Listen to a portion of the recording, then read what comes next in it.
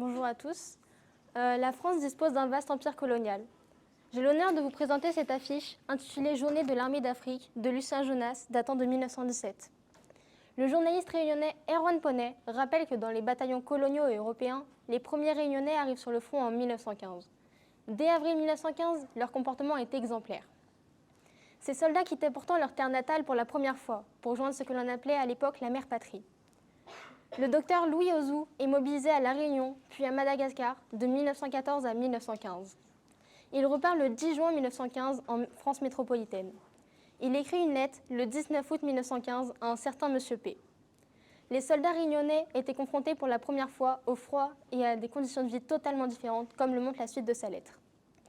Ici, il y a beaucoup de journées grises, souvent de la pluie, et le matin et le soir, il fait froid.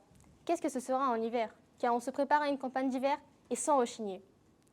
Le docteur, qui évoque le rôle de l'aviation, indique que sa division se prépare à repartir pour la Champagne ou les Dardanelles. Comme les aéroplanes marchent à 200 km à l'heure, il est très difficile de les atteindre à coups de canon, de même que les bombes qu'ils envoient, qui explosent avec un bruit terrible. Le poilu réunionnais Léopold Glenac écrit à ses parents depuis le front turc le 25 juin 1915. Il évoque ses conditions de vie. « J'ai fait 12 jours sans manger, ça m'a beaucoup maigri. Et maintenant, je mange assez bien. Ici, tout le temps qu'on se porte bien, ça marche assez bien. Mais quand on se porte mal, ça dégoûte et on souffre beaucoup. Des hommes de son régiment dépérissent de jour en jour. Des hommes qui étaient bien portants et maintenant, il ne leur reste que la peau sur les os. À la moindre petite maladie qu'ils vont prendre, ils vont peut-être passer. » Il évoque le sort de ses pères. De tous les créoles qui sont venus ici, il ne reste même plus un quart. Ils sont presque tous morts et blessés. Le capitaine Libis était officier du 59e régiment territorial de l'armée d'Orient. Ce militaire était également loin de sa terre natale et disposait d'objets personnels dans sa lourde cantine. L'amour de la France liait ces hommes par-delà les différences. Nous pouvons citer le poème de la réunionnaise Alice Roufly, en date du 1er janvier 1915. « Je ne sais pas vos noms, mais à vous honorer, ô glorieux martyrs, je veux passer ma vie.